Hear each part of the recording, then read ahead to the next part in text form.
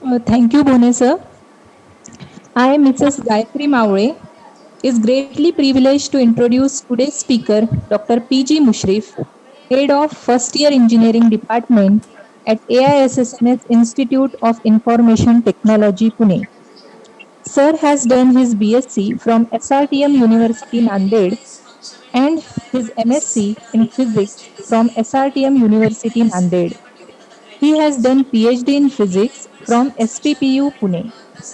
Sir has 13 years of teaching experience and 5 years research experience. Dr. P.G. Mushrif has published 18 papers in different national and international conferences and journals.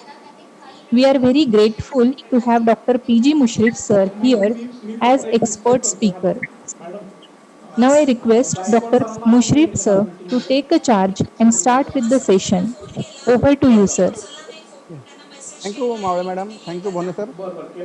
Uh, we'll start the session.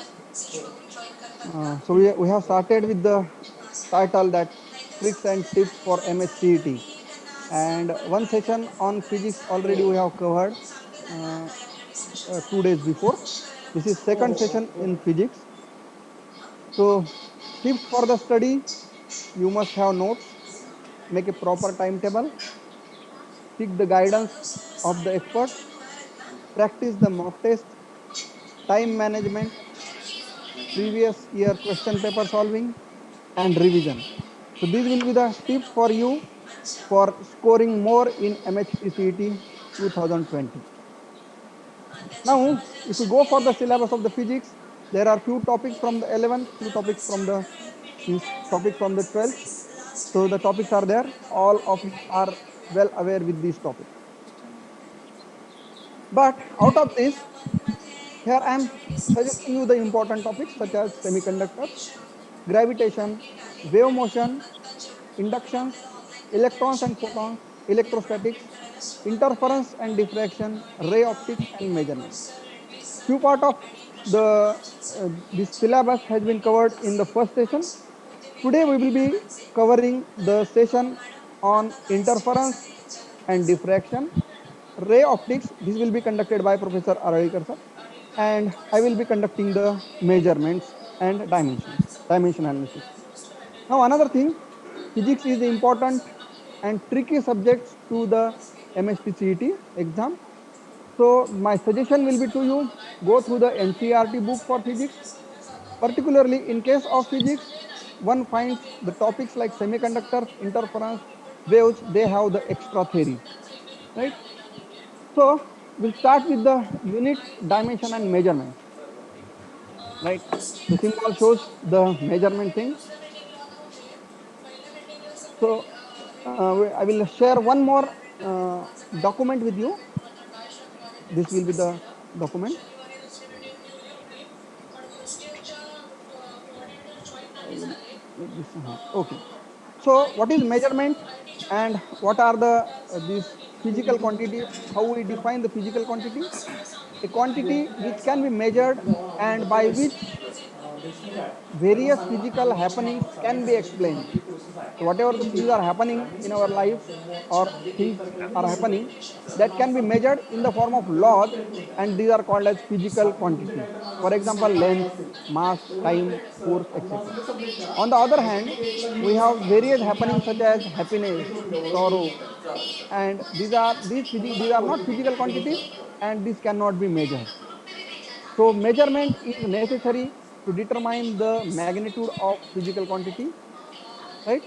So how we measure any physical quantity? For example, if we are measuring the length 10 meter, right? So what this 10 represents? This 10 represents the value of the given quantity, and meter represents the unit, right? So meter represents, it is divided into this number and this unit, right? Every physical quantity, it can be written as the physical quantity like this, that magnitude into unit, n into u. So n is the magnitude and u is the unit we can represent. Therefore, any physical quantity can be represented as n into u, right? And this product is remaining constant. So if you are measuring one quantity, n1 into u1, n2 into u2, So this remains constant, or we can say that the n number, that numerical value, is inversely proportional to the this u, that is unit. This we can have a conclusion out of this, right? With this introduction, now we'll go for the types of physical quantities. So if you are uh, taking any physical quantity as a ratio, then it will be only numerical value, it will not having any units. Important thing I would like to let you know, that angle is exceptional physical quantity, which, though it is a ratio of two similar physical quantities, arc upon radius, but still it requires a unit, degrees or radian, to specify it along with numerical value. That is the exception case. Then there are scalar quantities which can be determined by using only magnitudes only, and vector quantities which requires magnitude as well as direction. But one important thing, there are certain physical quantities which behave neither scalar nor vector. For example, moment of inertia, right? It is not a vector by, it is, moment of inertia is not a vector. By changing the sense of rotation, its value is not changed. It is also not a scalar, as it is different values in different directions. So this I would like to emphasize here. Fundamental and derived quantities. So all of you are well aware with this fundamental quantities and derived quantities. Now we'll go for the further fundamental and derived units. So which are different systems. We are having a CGS system, MKS system, and FPS system and SI system. All of you well aware, in CGS system, this centimeter, gram, second, MKS system, meter, kilogram, second, FPS, foot, pound, second, and in SI system, this all are well aware. These are the different physical quantities, fundamental quantities: length, mass, time, electric current, temperature, amount of substance, like this, or intensity. Apart from this, the fundamental and derived units, we have a very frequently used, that is practical units, right? So many times we used to measure the distances in light years. So this is not a in any system, but we are practically we are using, or horsepower, to measure the, that is power, to measure the power. So if we are having a motor, then how much horsepower it is having. So this is not a fundamental or derived unit, but a day-to-day life unit, we can say. Now, in order to, we are using some prefixes, right?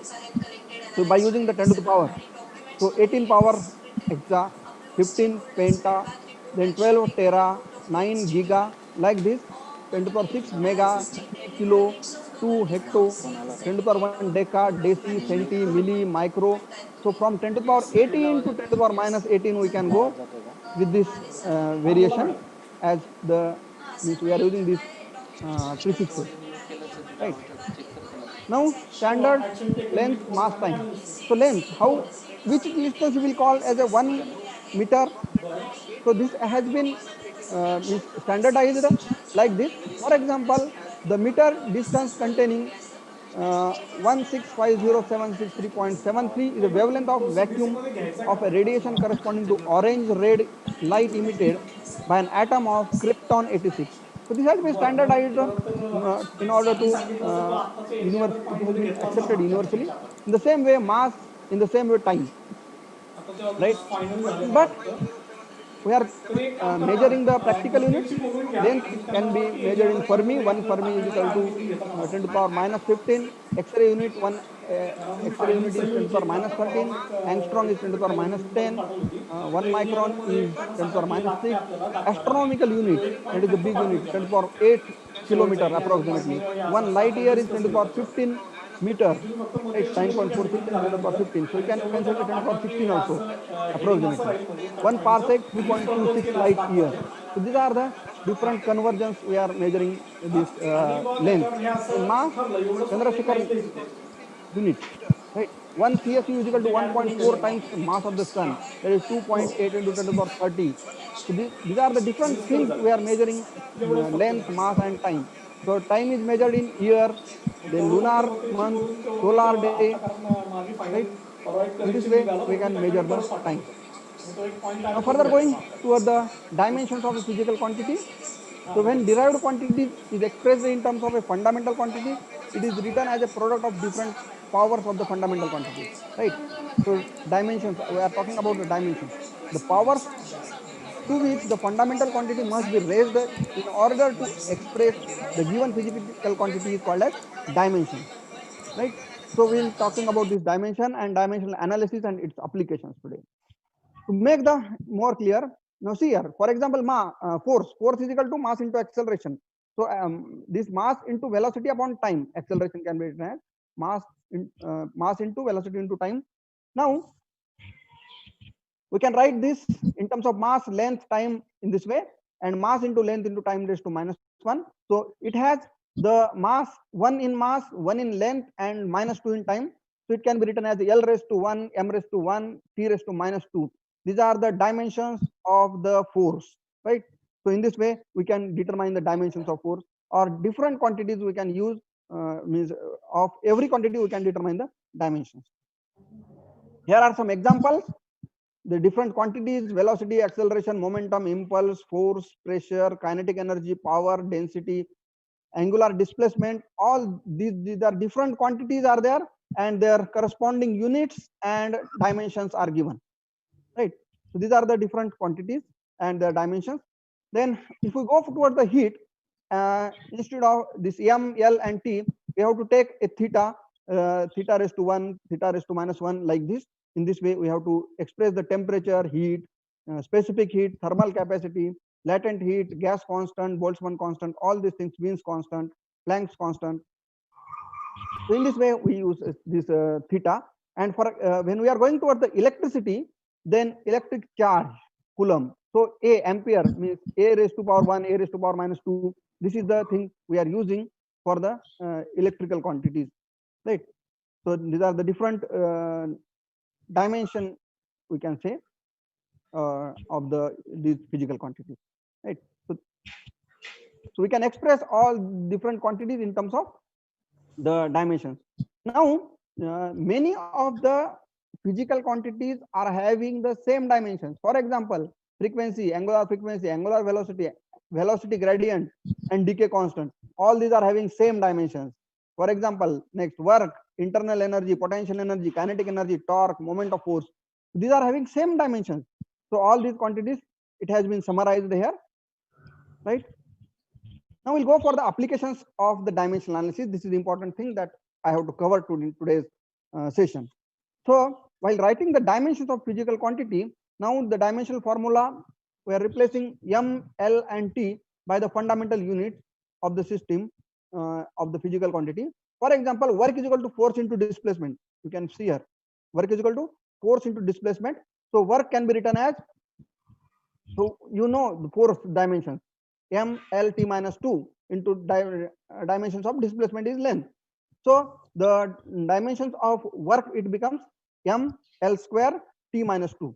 So this is one of the application, that to find out the unit of the physical quantity in a given system of units. So in CGS unit, what will be its measurement? Gram means M is 1, so gram, centimeter square, so centimeter square, L2, and per second square, T raised to -2 is the unit, or in CGS system, or it is also called as erg, right? So work done can measure in terms of erg, and in MK systems, we can write the same, kilogram, meter square, per second square, and which is also called as this joules. So in this way, we can have a physical, we can find out a unit of the physical quantity in terms of L, M, L, and T, right? Now, based on this, we can solve a few numericals, right? So see this is very important thing, important numerical, and it has been asked for 2 exams in 1995. So what is this? The equation P plus A upon V square in bracket V minus B is equal to constant. So the unit of A is, what is the unit of A, right? How will you determine this? So the answer has been given in yellow color highlighted. So how to solve this? So according to the principle of dimensional homogeneity, pressure and A upon V square. These the two quantities having the same dimensions can be added. So P and A upon V square is added. So we can have the dimensions of P and A upon V square are the same dimensions. The dimensions of A can be determined as P into dimensions of volume square. So dimensions of pressure M L minus 1 T minus 2 and L raised to 6 is dimensions of volume. So if you add this, means M will be remaining as it is. L becomes 10 to the power 6, L raised to 6 and L raised to minus 1 is L raised to plus 5 and T raised to minus 2. So since the dimensions of force are these, right? So these dimensions can be represented in terms of force, that is M raised to 1, L raised to 1, T raised to minus 2, that is gram per centimeter per seconds raised to minus 2, which is a dyne, right? Just we have seen. So we can say, replace this by dyne and remaining part is L raised to power 4. So it becomes centimeter raised to 4. So it becomes dyne into 10 centimeter raised to power 4. So this will be the correct answer. So in this way, you can find out the answer of to this question. So what is the trick here? So according to the principle of dimensional homogeneity, so two quantities having the same dimensions can be added. This is the trick for this numerical. Now second numerical, x is equal to at plus bt square, right? Where x is a distance traveled. X is a distance traveled. Okay. So at and bt square, both of are having the dimensions of length or distance. By using this, we have to find out that unit of b, right? Unit of b. So x is a distance. So bt square, we have to find out this unit of b. So bt square will be equal to b will be having the dimensions of x upon t square. X is having dimensions of distance, that is L raised to power 1, right? And t raised to power 2 divided by. So meter per second square, or it can have kilometer per second square. It is distance in kilometer is given. So in this way, we can find out the answer with this numerical, right? Third numerical will be like this. So see here, all these are the questions asked in some of the examinations, CBSE 1993. Then unit of absolute permittivity, right? So formula for what is the formula for permittivity? C is equal to 4 pi epsilon 0 r. So epsilon 0 will be C upon 4 pi r. So 4 pi is constant. C can be measured in farad and r can be measured in meter.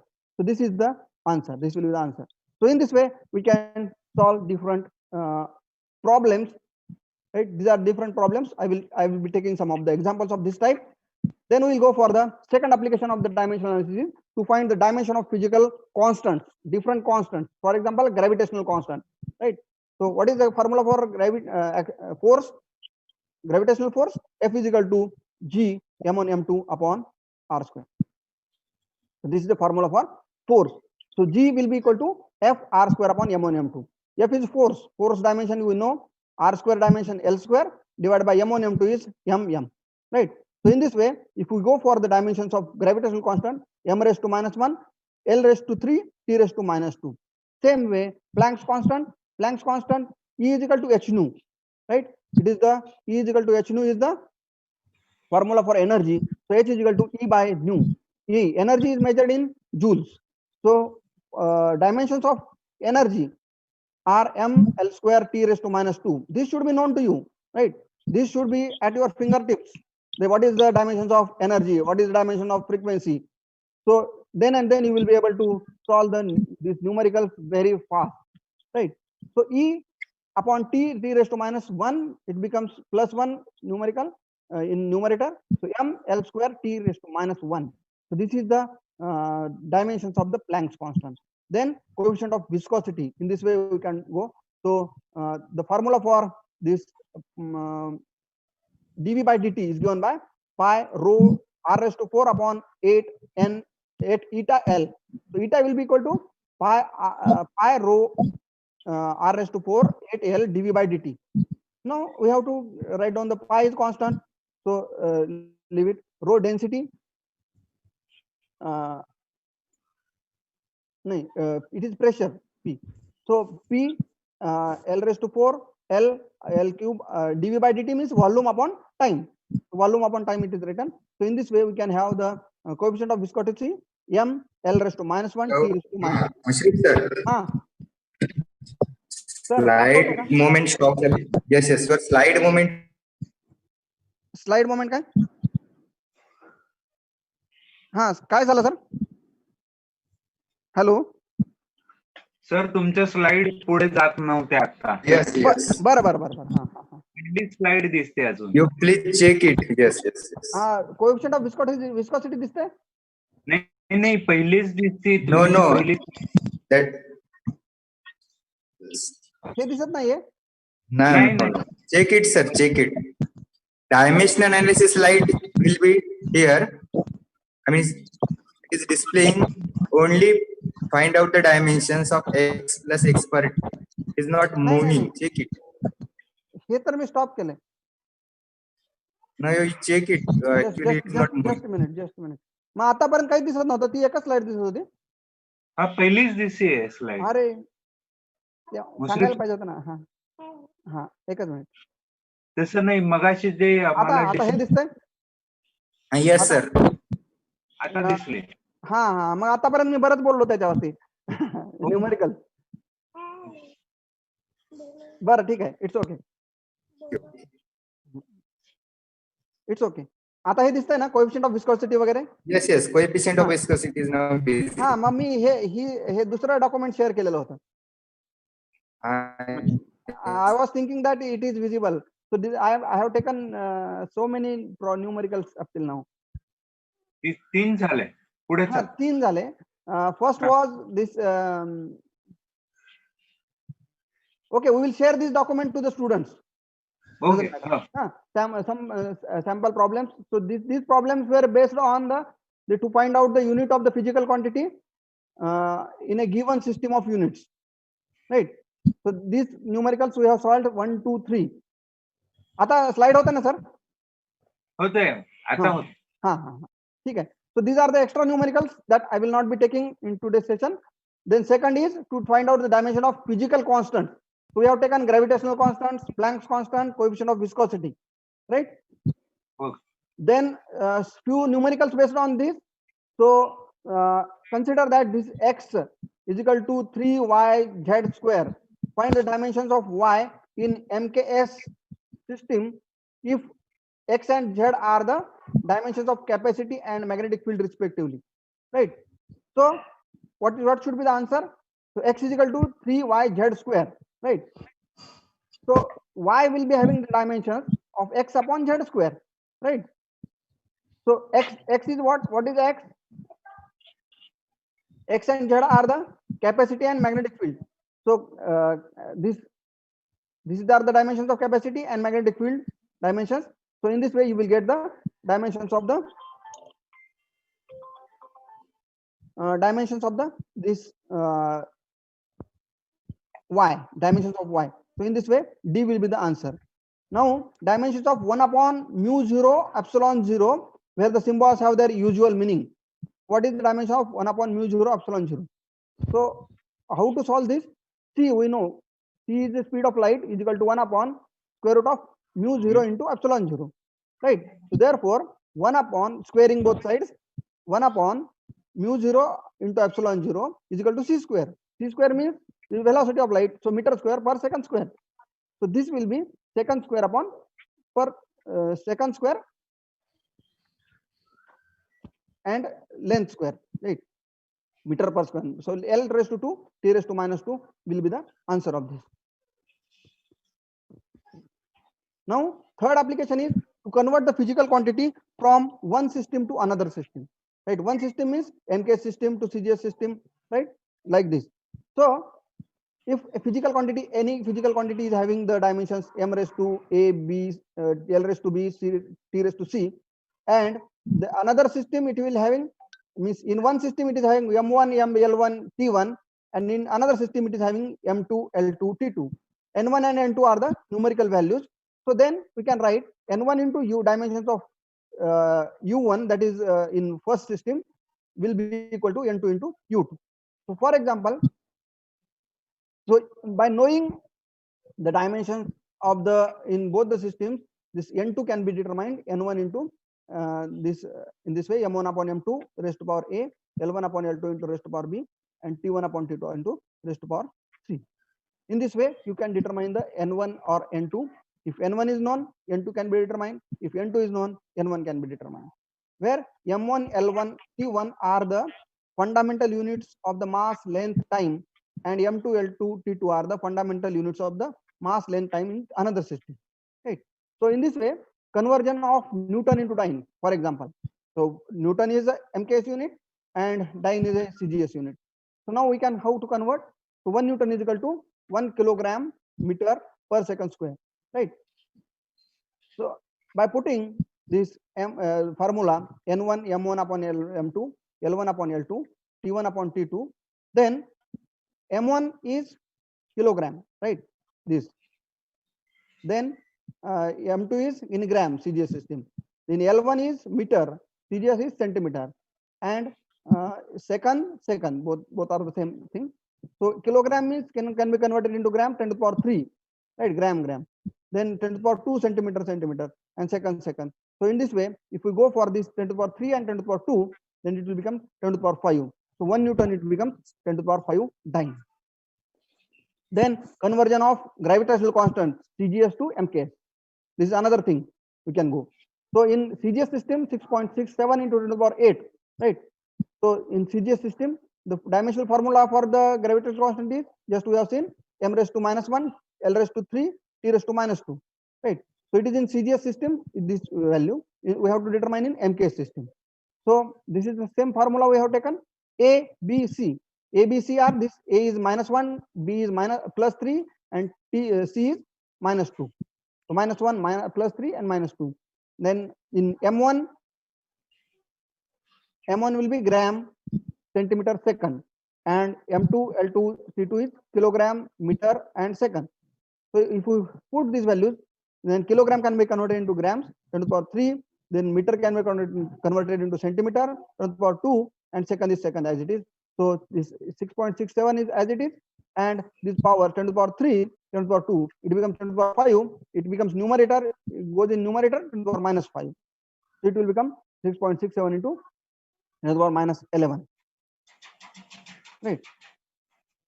So in this way, we can go on converting. Now numerical based on this, a physical quantity is measured and its value is found to be n into u, where n is a numerical value, u is a unit. Then which of the following relation is true? So just we have seen n is proportional to 1 upon u.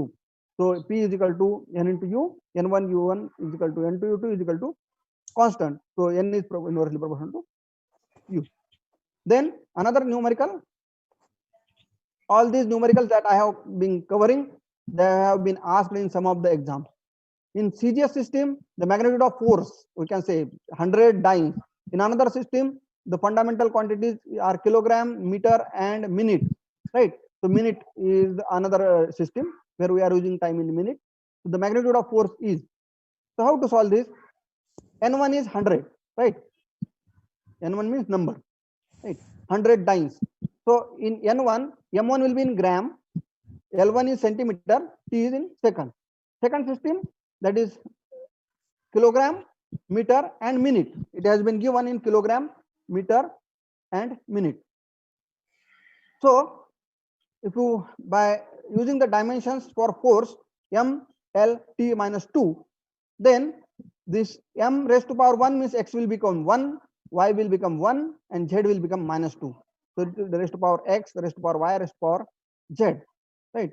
So it will become, z will become -2. So n1 into m1 upon m2. So first system, m1 is measured in gram, this case, m1, l1, t1. So this, in this case, this m1 will be in gram, l1 will be in centimeter, t1 will be in second, m2 will be in kilogram, l2 in meter, and t2 in minute, right? So m1 in gram, kilogram, centimeter, meter, second, minute. So conversion, we have to do conversion. So kilogram can be converted into gram, can be kilogram to gram, 10 to the power 3 power, 10 to the power 2 for the meter to centimeter, and minute, second to minute, or minute to second, 60 seconds will be equal to this. So if you use this, it will become 3.6. So in this way, we can solve this numerical. After that, we have another applications of this dimensional analysis to check the dimensions or dimensional correctness of the given physical relation, and as a research tool for the to derive the new relation. These are the applications of this dimensional analysis, and there are some limitations of the dimensional analysis. Although the dimensional analysis is very useful tool, it cannot be used for what purpose it cannot be used. If dimensions are given, physical quantity may not be unique, as many physical quantities have same dimensions. We have seen the physical quantities that have the same dimensions, so we cannot determine it. The numerical constant have no dimensions, such as k, then such as 1 by L by 1 by 2, 1 or 2 pi. So cannot be deduced from the method of dimension. Third, it is the method of dimensional cannot be used to derive the relations other than the product of the power of the functions. So this, if you see this equation, s is equal to ut plus half at square or y is equal to a sin omega t, cannot be derived by using the theory. However, dimensional correctness, so correctness of the dimension can be determined here. So yes, is having the dimension of u and t. Then fourth drawback, or we can say, is like this: the method of dimension cannot be applied to derive the formula in mechanics, because the physical quantity depends on the more than 3 physical quantities, as there will be less number, that is equal to 3 of equations, then unknowns greater than 3 cannot be determined, right? Then even a physical quantity depends on 3 physical quantities, out of which 2 have the same dimensions, the formula cannot be derived by the theory of dimensions. For example, for frequency of the tuning fork, f is equal to d upon l square into nu, cannot be derived by the theory of dimensional analysis. So in this way, I have tried to cover the measurement and dimensional analysis part. So thank you. Any questions are there? I will take the questions means if at this moment, or we can take the after the second session of physics. Thank you, sir. Thank you. So in the chat box, as such, there is no any questions. Okay. Only few suggestions are given Yes. in chat box. That is, you can use the, actually, if you are, instead of just orally discussing the numerical, you can write it on the plain paper and discuss it. So that is the better Okay. to understand. Okay. Our So earlier some slides were not visible. That's Yes. why there may be the Yes, confusion yes. with The the slide students. movement were We'll stopped share during this material to the students, sir. We'll share the Yeah, material yeah. to the students so that they will be able to understand the thing. Yes, yes. We will share the PDF to the Yes. students, sir. Yes. So I thanks to, as a session coordinator, I thanks to Dr. PG Mushrif sir for enlightening the students. Now, in continuation with Dr. PG Mushrif sir, so we have second session by Professor SV Arlikar sir. Hello, everybody. Can you hear me? Sir, Hello. Aralkar, sir. Can you hear me? Sir, just before you start with the session, I want to give you an introduction with your permission. Please. Okay, thank you, sir. I'm Mrs. Gayatri Mavre. Welcome our today's second speaker, Professor S.V. Aralkar, sir, from AISSMS Institute of Information Technology, Pune. Professor S.V. Aralkar has done BSc from Shivaji University, Kolhapur, completed his MSc in Physics with first class from Shivaji University, Kolhapur. Sir has 29-year teaching experience and 2 years research experience. He has published 2 papers in national journals. He is co-author of 2 popular books on engineering physics. We are very obliged to have Professor S.V. Aralkar, sir, as our session speaker. Now I request Professor S.V. Aralkar, sir, to please start with the session. Over to you, sir. Thank you, madam. Thank you very much. Hello, student friends.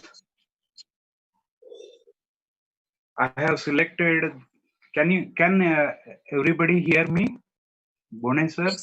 Yes, sir, you are audible. Yes, sir, you are audible. Okay, sir. Thank you very much. I have selected the topic of optics, and many feeling optics is a bit complicated and so many theories are involved. But according to me, it is the observable thing in terms of light and in terms of intensities, the things are visible to all of us. And if you are very prompt in observations, then there won't be any much problem in understanding optics.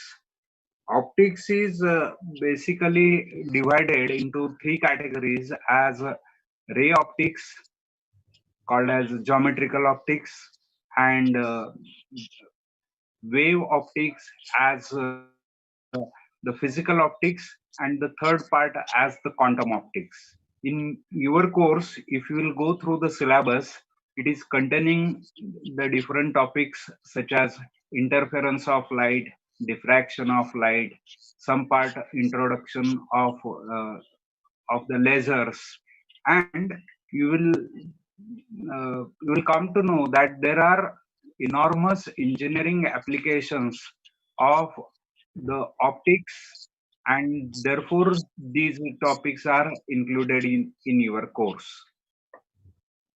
Say for example, when we go for making different products and their finishing stages, then the fringe pattern helps us to understand whether the surfaces are plain in the sense of optical flatness, whether a sort of anti-reflection coating is required, which basically reduces the glare produced on reflection of light. So these are some of the applications of interference of light, which are basically engineering applications of the interference of light. And therefore, we are going to begin our session with the topic interference. Refer to this slide 1, where the interference phenomena is basically described. Now for next slide, please. Mushrif sir. Yes. When we think of interference to happen or interference phenomena to occur, then there is basic necessity of having the two different sources of light.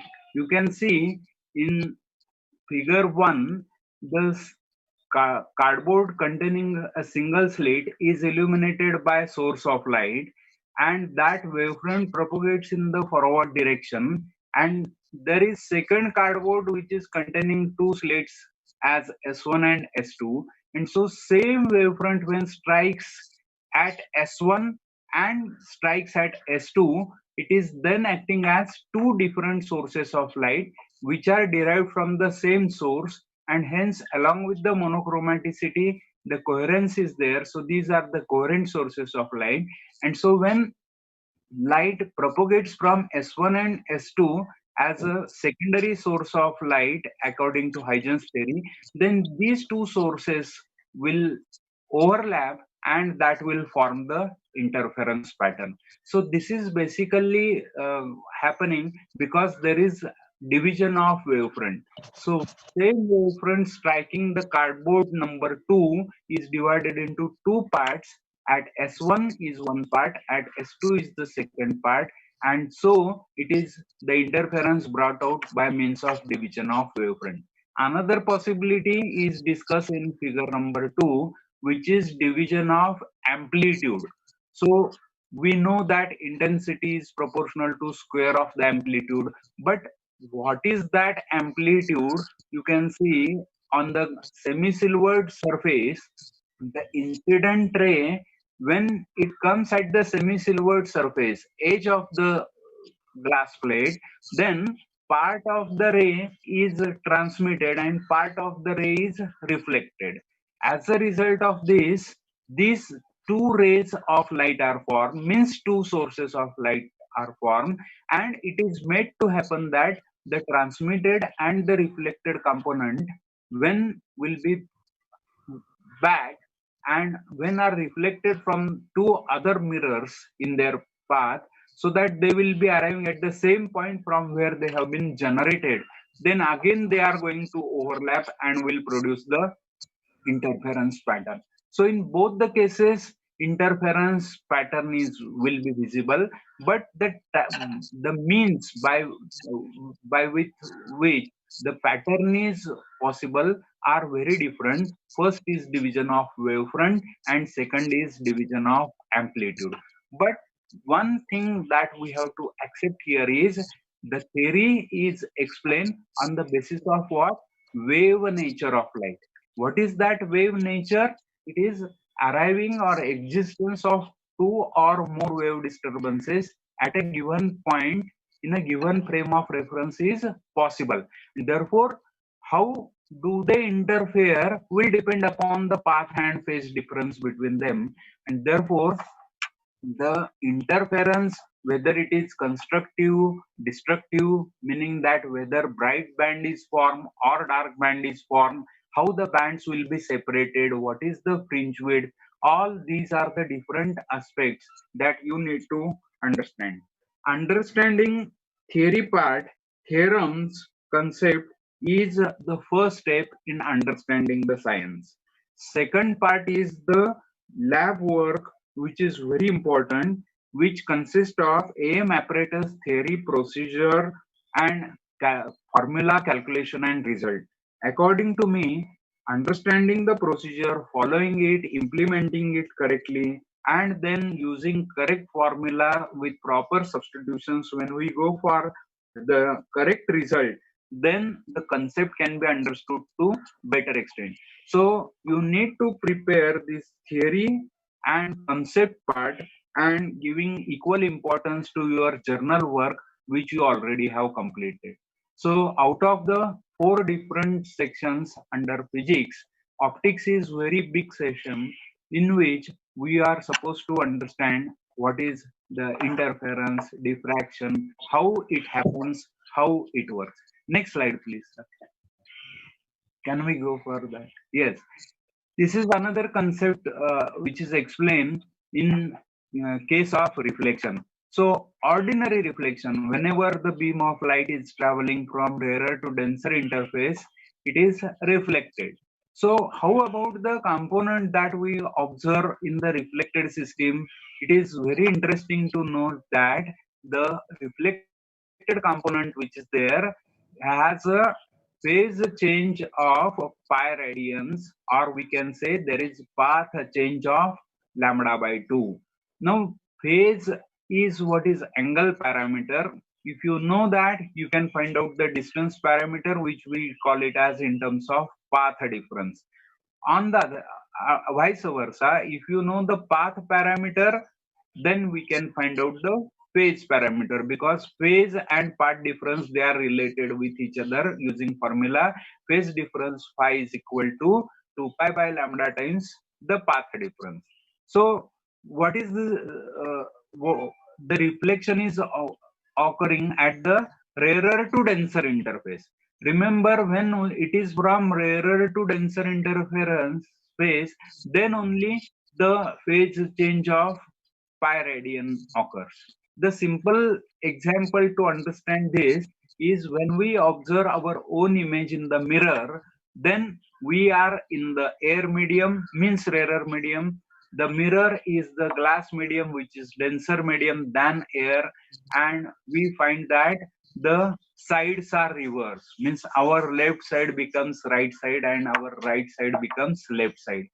That this is what is the physical significance of phase change of pi radian that occurs when the reflection is occurring at the denser interface. Dear friends, try to understand the concepts in the science. Once you understand the concept, solving MCQs is not at all difficult task, because if you otherwise, if you don't understand the concept and try to remember what is the answer for a particular MCQ, then it will be very difficult task, because the sequence of option is changed, then there is quite large possibility that you may go wrong at some or the other step. And therefore, understanding the concept, remembering the formula, because from concept or from the formula, the different MCQs can be constructed. So at this juncture, you try to take the opportunity to construct more MCQs from one MCQ which is provided to you, so that you will be able to attempt or solve any type of MCQ that will appear in your examination. So, for example, here the some MCQs will be discussing now. When two waves of same amplitude add constructively, the intensity becomes. See now, what is asked? Intensity becomes. What is given? Same amplitude and two waves are added is the data for us. Now, first thing that you have to remember is how intensity is related to amplitude, because what we observe in terms of light is the intensity of light, because whether the point is intense or less intense or dark, that is what we are able to read by our eyes. So intensity becomes is asked from all the entire topic. You will find that the different types of questions you should be able to think from the formulas, from the theory, from the concepts and the theorems which are included in the topic. The second topic for the discussion is diffraction of light. This is the simplest figure to describe the phenomena itself. See that there is light traveling and is being obstructed with obstacle having very sharp edge. You can see the obstacle is having very sharp edge, and at the edge of the obstacle, one small point is shown. That point is very important for us, because below that point, it is the obstacle which is blocking the incoming light. Above that particular point, there is no obstacle, so light is straightway traveling towards the screen. But it is that point on the obstacle which is important for us. And according to Huygens theory, each point on the wavefront is acting as secondary source of light. So that point is also acting as secondary source of light. So it emits the wave disturbances in the forward direction.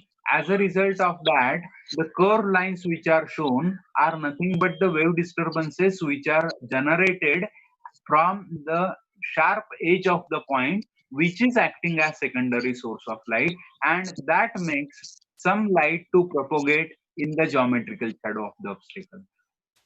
Friends, you can find that there is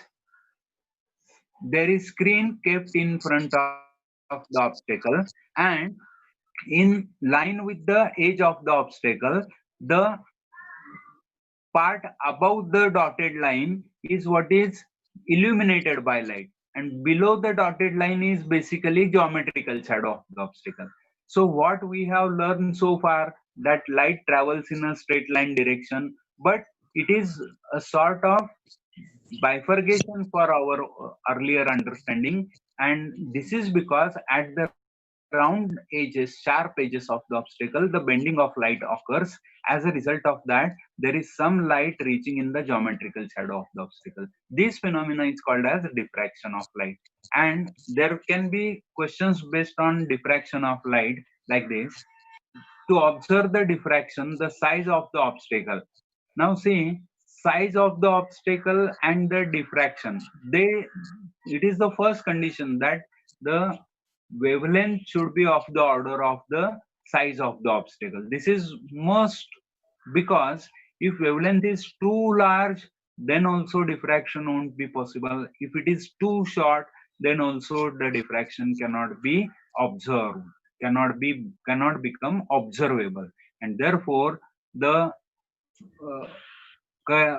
different options which are specified are: A should be x by 2, where x is the wavelength, should be of the order of wavelength.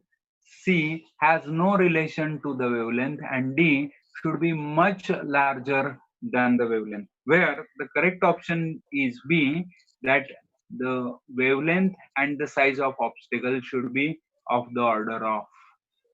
So B is the correct answer, that the size of the obstacle should be of the order of wavelength. Thank you. So the second question, how shall a diffraction pattern change when white light is used instead of monochromatic light? See, the answer is in the question itself, that monochromatic and white.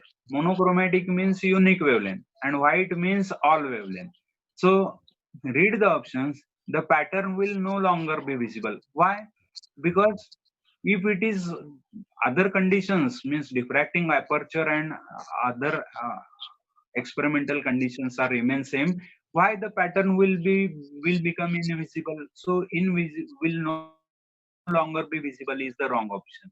See the second part, the shape of the pattern will change. Now shape is depending upon the type of obstacle. So obstacle is not changed. So changing the shape of the pattern is also wrong answer. Then C is colored pattern will be observed with a white bright fringe at the center.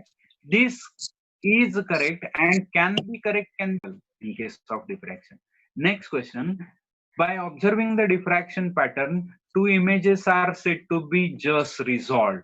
Now, when it goes with the resolution, it is with the Rayleigh's criterion for resolution. So here again, the theory what is included under Rayleigh's criteria, that you have to remember, that maxima due to one pattern should coincide with the minima due to another pattern, and therefore the correct answer is C, which is the central maxima of one image coincides with the first minimum of the other, which is as per Rayleigh's criterion for resolution. And therefore, if you are preparing the Rayleigh's criterion well, if you are remembering the corresponding figure, how the resolution occurs, what is condition for just resolved, prior to that is condition for not resolved, and later of that is what is condition for very well resolved.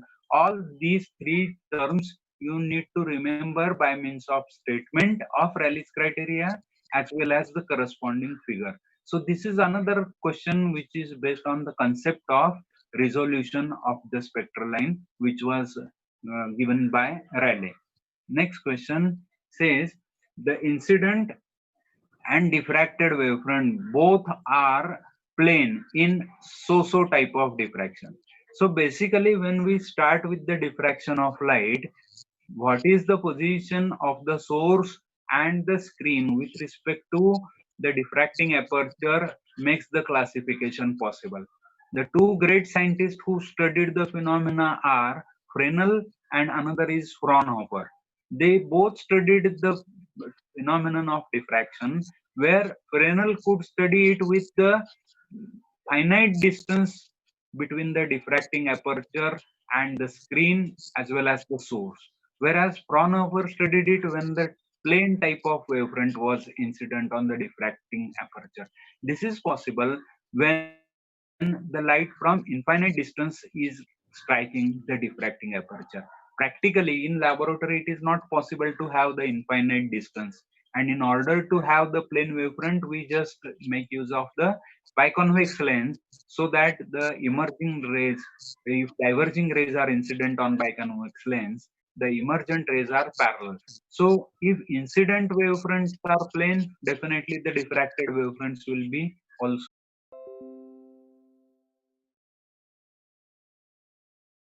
type of wavefront, and diffracted wavefronts are also spherical, and therefore Fraunhofer is the correct answer for this question.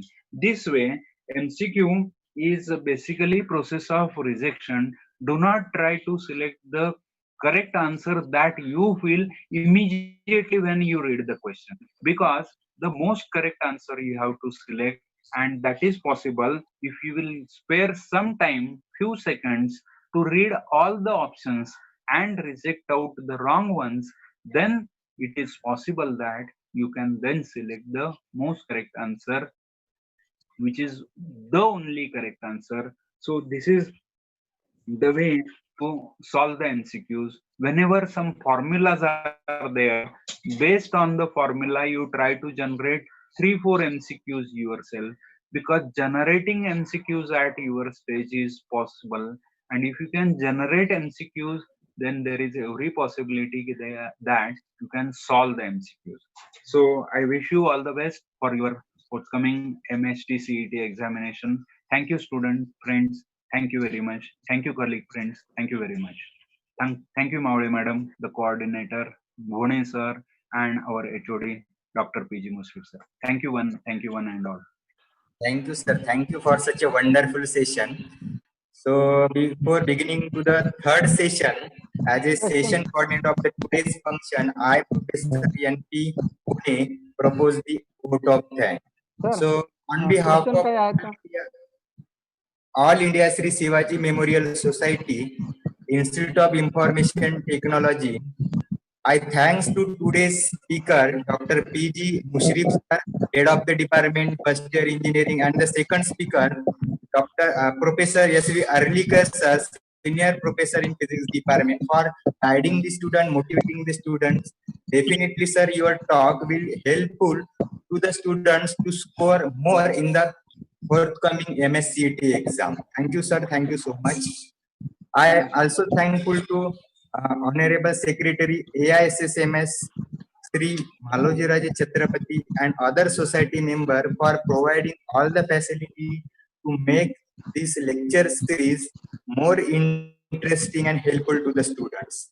I really thank to our beloved principal AISSMS Dr. P.B. Mane sir and head of the department Dr. P.G. Mushrif sir for their constant support and guidance in organizing this lecture series on MSCT 2020. I also thanks to all the teaching staff members who are directly and indirectly involved to make this event more memorable. At last but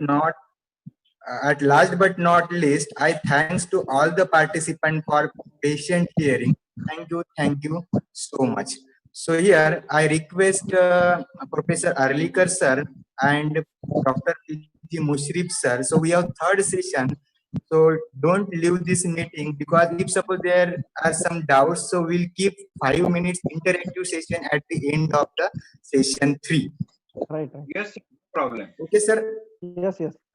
So now we have the third session on chemistry by Professor Anjali Diwalkar. She is the assistant professor in civil engineering department. So I request her to please share his screen first, and I request Professor Mavle madam to introduce our third guest, Professor Anjali Diwalkar. Thank you, sir. It is a great honor for me to introduce and welcome our session speaker, Professor A.V. Diwakar. Welcome, ma'am. Professor Anjali Diwakar has done engineering from SRTM University, Nanded, with first class distinction. She has done ME in structural engineering from Babasaheb Ambedkar Marathwada University, Aurangabad, with distinction. She has passed national level GATE exam in 2007. Professor Anjali Diwakar has 4 years teaching experience and 7 years industrial experience. She has published 4 papers in international journals and conferences. Her area of interest is chemical admixtures. On behalf of organizing team, I, Mrs. Gayatri Mavre, welcome you, ma'am. Now I request Professor Anjali Diwakar ma'am to please take a lead and start with the session. Thank you, ma'am. Welcome, ma'am. Welcome. You can start the session. Am I audible? Yeah, you are audible. Thank you. Thank you all. I'm going to start a session on tips and tricks to score more in MHT CET 2020 by me itself. I'm going to cover organic part first. It is having 4 chapters actually. Halogen derivatives of alkanes and arenes, alcohols, phenols and ethers, and aldehydes, ketones and carboxylic acids, amines. It is very much known to you that halogen derivatives is having 4 marks. Likewise, alcohols is having 4 marks. Aldehyde ketones will be having 5 marks, and amines is having 4 marks. So in this session, we are going to concentrate more on halogen derivatives of alkanes, and in the same way, you can prepare for remaining 3. I'll tell you the trick how to prepare for that. Okay. Then before that, I want to tell you, or I want to share some my experience actually, which are very important instructions.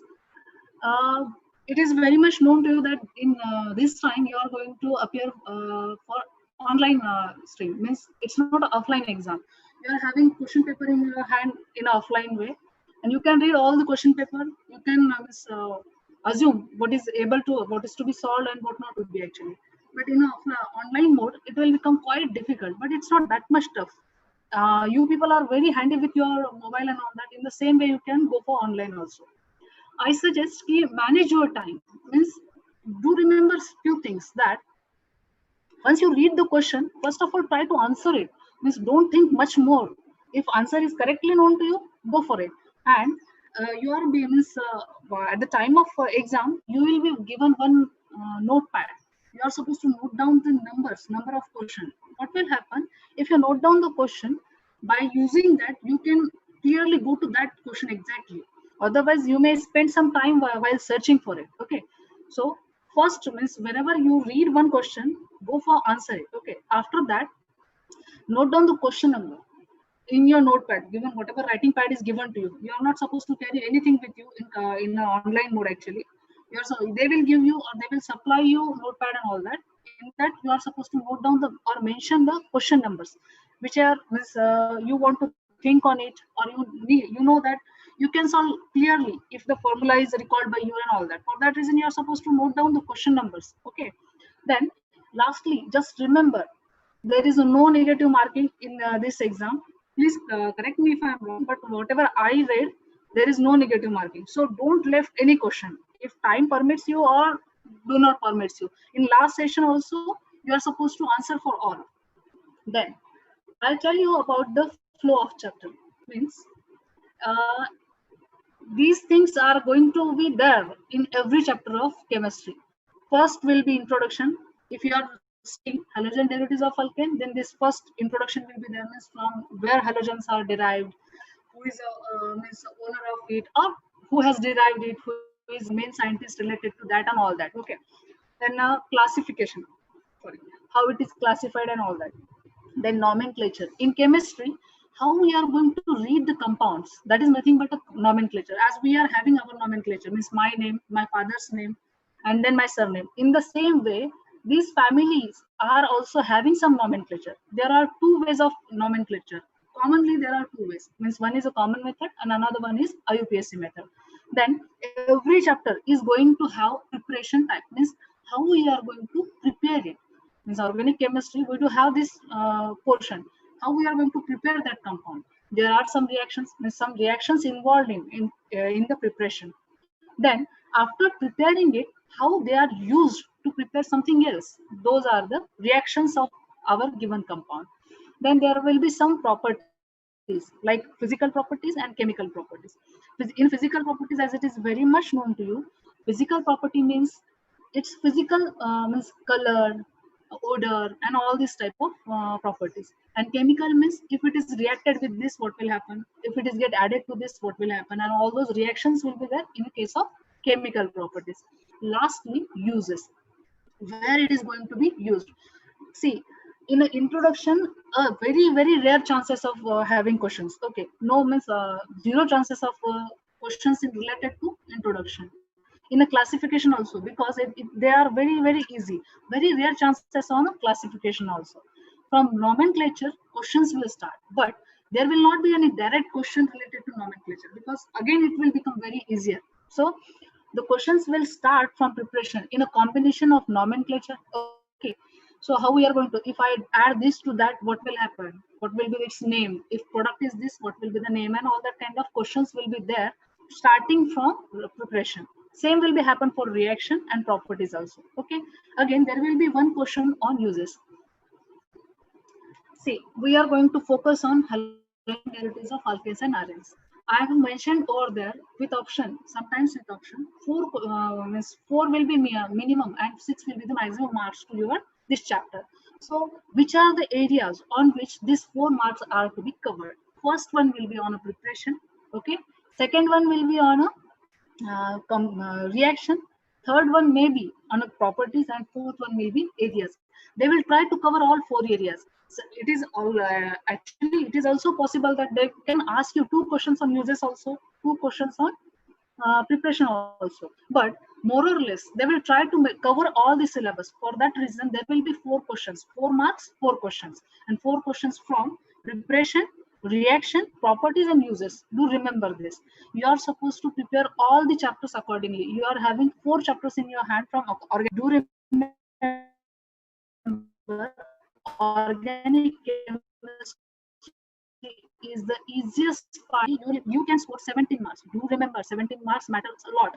By going, you can claim to a higher college. So concentrate on 17 marks, and it is quite easier. If you prepare means like this is the introduction part, this is a classification part, and this is a reaction nomenclature, how I'm going to nomenclate it, and this is a preparation, reaction, and all that. You are supposed to remember like this, okay. So we'll move on. Halogen derivatives of alkanes and arenes. Nomenclature, there will be 2 types, common name and IUPAC, as I said earlier. Okay, I'm going to tell you what is to be remembered and all that also. Then there is a preparation method. Okay, in that, how we are going to prepare halides, halogens. Okay, from first method, from alcohol we can prepare halide by 3 way. That is, from alcohol by using halogen acid, from alcohol by using phosphorus halide, from alcohol by using thionyl chloride. What you are supposed to remember here, what is the general formula of alcohol? Okay, ROH, like that. And using halogen acid means HCl, HX I should say.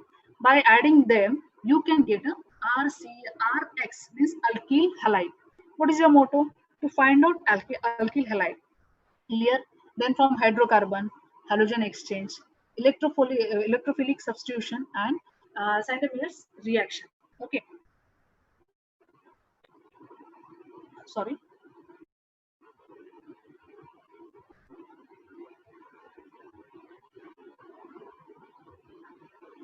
Then these are the some common names and IUPAC names. I have taken this snap from your textbook actually. CH2Cl2, methylene chloride, and from IUPAC name dichloromethane. Okay. Likewise, I have listed some commonly used compounds whose common names are also there, and likewise IUPAC names are there. What is your job here then? You are supposed to note down commonly asked formulae. Which are the commonly asked, is mostly asked in your last exams.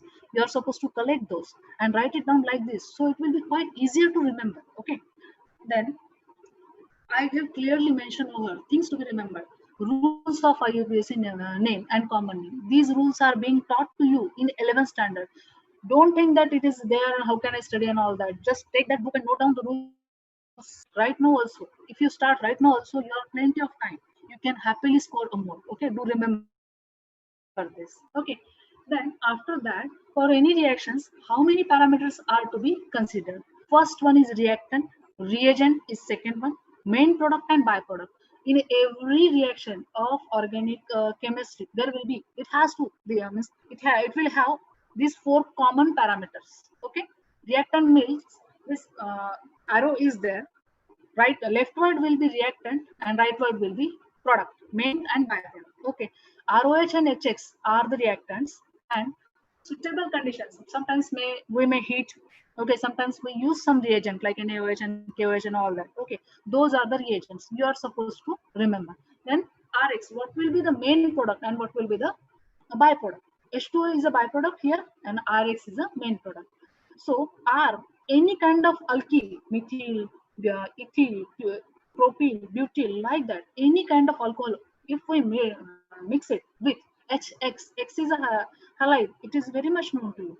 Cl, Br, iodine, or fluoride, whatever it may be, we are supposed to add it out. What is happening over here? R is going to have bond with X, and remaining will be H2O. Do remember like this. So how our problem will be correct? we are supposed to balance it. Means number of carbon present on left side will be matched to number of carbon present on right side. If you manage it like properly, then no one can stop you from scoring. Do remember this. Okay, you are supposed to manage it properly by using maths. If two carbons are here, ultimately two carbons should be there on right hand side also. If I'm getting something lesser, then you cannot, means you should understand or you should manage it accordingly. Then physical properties, nature of intermolecular forces. So do remember on this bit, so many questions are being asked in the last 17, 18, and 19. So concentrate on it. What are the boiling points of halogens, boiling points of alcohols, boiling points of aldehyde, ketones, and all that. You should remember all of them. Okay, in which solvent it is going to be soluble, what is the solubility range, which is more soluble, which is lesser soluble. You are supposed to remember like that. See, thorough preparation is not required right now. You are supposed to underline the things which are very, very important. Okay, then what you are supposed to remember over here, halogens are more electronegative than carbon. This kind of question, tricky questions may be asked. This is a simple line actually. They may give you one line, means halogen, then carbon also. Who is more electronegative? You are supposed to ascend it or descend it. Here, they may ask you this kind of question. Bond parameters like bond length. Lastly, bond length was being asked. Huh? Do understand, do underline it and mug up. Bond enthalpy along with its units. What is bond enthalpy's unit and bond length unit? They may ask you. Okay, and just to confuse, they may give you very, very similar units. As earlier sir said, you are supposed to note down concentrate on all four possible answers whatever given to you. They will not give you some different units. Okay, they will more give you, or they will try to confuse you more. So be specific. Okay, even in a bond length, what is minimum to maximum length is to be remembered. You are supposed to concentrate on it, which is minimum, but what is maximum in this family, say halogen family. Who is having minimum bond length? Who is having maximum bond length? They may ask you, or they may focus on this kind of parameters. Okay. Boiling point of alkyl halide decreases in this order. Do remember this. Means make a rectangle of it. Do remember this. Remember this. Alkyl iodide is having more boiling point than alkyl bromide, than alkyl chloride, than alkyl chloride. Do remember it. Okay. They may ask you a question. They may give you this relation, whether it is correct or more correct. You find out more correct statement. RI, RBR, RCL, RF.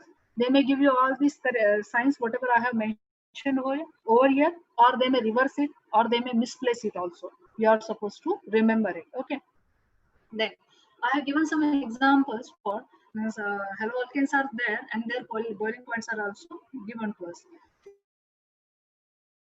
CH3F, CH3CBr means alkyl, sorry, methyl fluoride, methyl chloride, methyl bromide, and methyl iodide. As I have in the last slide, I have mentioned that iodides, alkyl iodides will be having higher boiling point. We can see the same thing over here. Be specific about the values. They may confuse you by giving 94.6 and all that. Okay, so be cautious. In this again, next table also, all these snaps are from your book. Huh? I have not taken it from anywhere else. So all data is present in your book, and they are asking on the same. Okay, what is the bond length? They have given you the bond lengths and then enthalpy also and dipole moment also. So concentrate on it. Okay. Reactions of haloalkanes. These are also chemical properties. Okay. In the last slide or previously, we have prepared alkyl halide. Right now, we are going to know what will be the what will happen if we add something to alkyl halide. Okay. So again, four things are to be, whenever there is a reaction, these four parameters are bound to be there. Okay. Reactants, reagents, main product, byproduct. Okay. In the last slide, Rx was on a right side, and right now Rx is on a left side. Okay, do concentrate on it. What will be the product? What are the reactant? If someone is saying that alkyl halide get reacted, so it will be on a left side. Okay, do remember. Then few common reactions I have mentioned over here. If alkyl halide get added with NaOH, what will happen? If Rx get added with NaOR, what will happen? If Rx get added with silver carbons or any carboxylate, what will happen?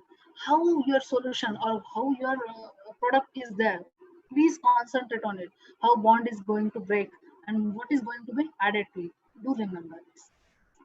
Then uses and environmental effects of some polyhalogen compound. See, all these things are there in your this book, I know, but you are supposed to concentrate on these few factors. Okay, methylene chloride or dichloromethane, where it is being used, in which industries it is used, what is its color, whether it is hazardous for our health, whether it is poisonous, and all that. We are supposed to remember. Okay, chloroform, very means we are day to day in our day to day life. We have heard this word chloroform. When someone has put that scarf with chloroform, and this has happened, and all that happened. These things are very much known to you. Okay, carbon tetrachloride, iodoform, freons, and DDT. This thing we have heard from means our childhood, I should say. Some pesticides are also there, which in which this kind of ingredients are there. So be cautious about this kind of things of your chapter. Okay, then things to be remembered here. Industries where these compounds are used, more used. Okay, special characteristics of these compounds, like I said, whether it is hazardous, poisonous, and all that. Okay, long forms such as a DDT, which is mentioned in here, dichloro or dichloro di diphenyl trichloroethane,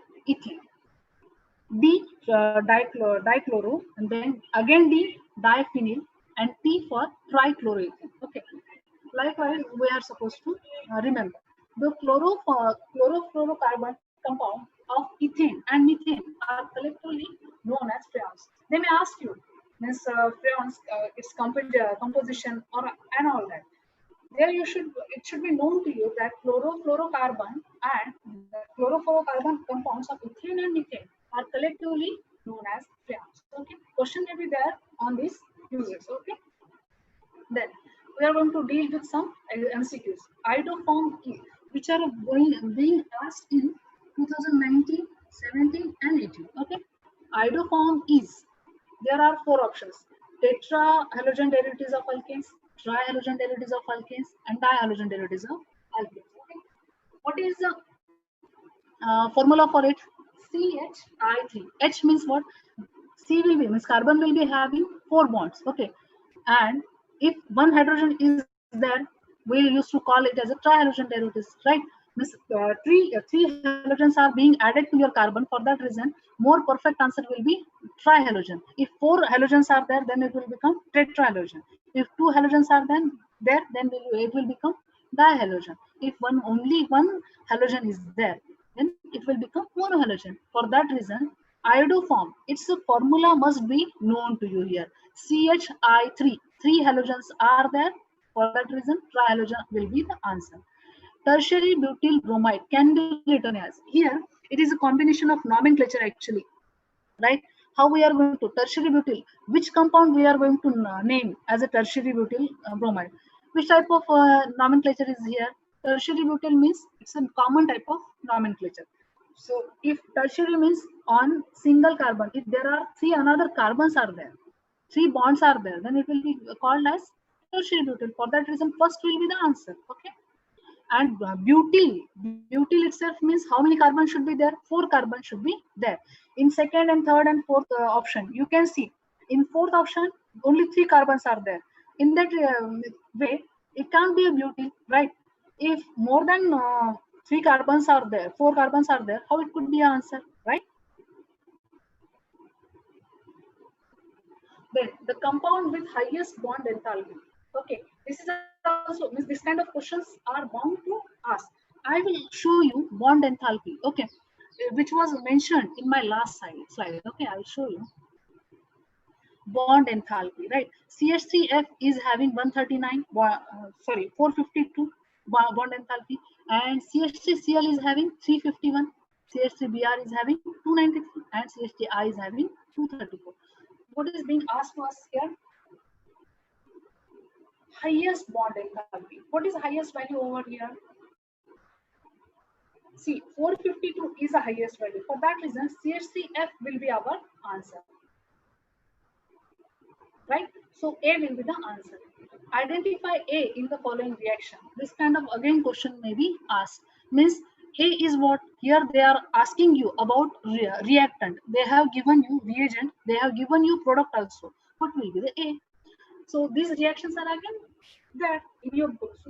Be cautious about your reactions. Means whatever reactions are given to you, you are supposed to note it down separately. So if whatever is being added to that, what will happen? What we can see in our product, CH3CH and CH3 means how many carbons are there? 3 carbons are there. In which means I can see OH is being added to second one. So C should be the more perfect answer.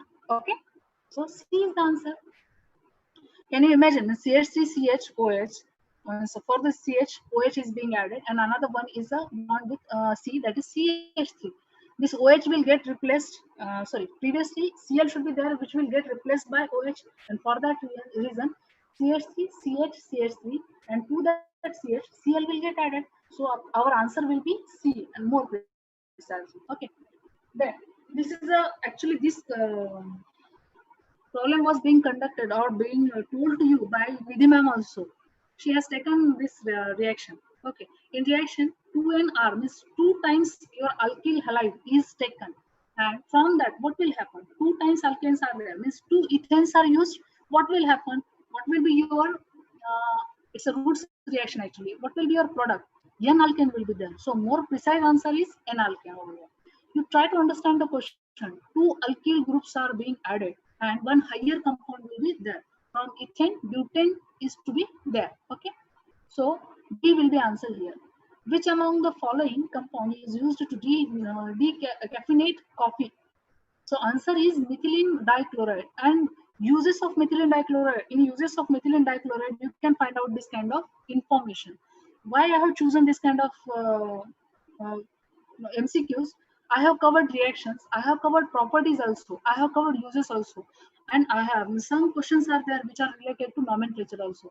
I want to just tell you, questions will be like this, and they will more emphasis or more focus on these 4 parameters. Means reaction, then physical properties, chemical properties. From that again means preparation reaction and then chemical reaction and uses. On these 4 parameters only they are going to ask you the questions. That's it from my side. One more link I want to share with you all. This link, free link is there on which n number of MCQs of all 3 subjects are there. You can happily go through it. Answers are also given there. If you practice more and more, happily you can score. Okay. Thank you very much and all the very best from my side. Over to you, sir. Thank you, madam. Thank you so much for guiding the students. So,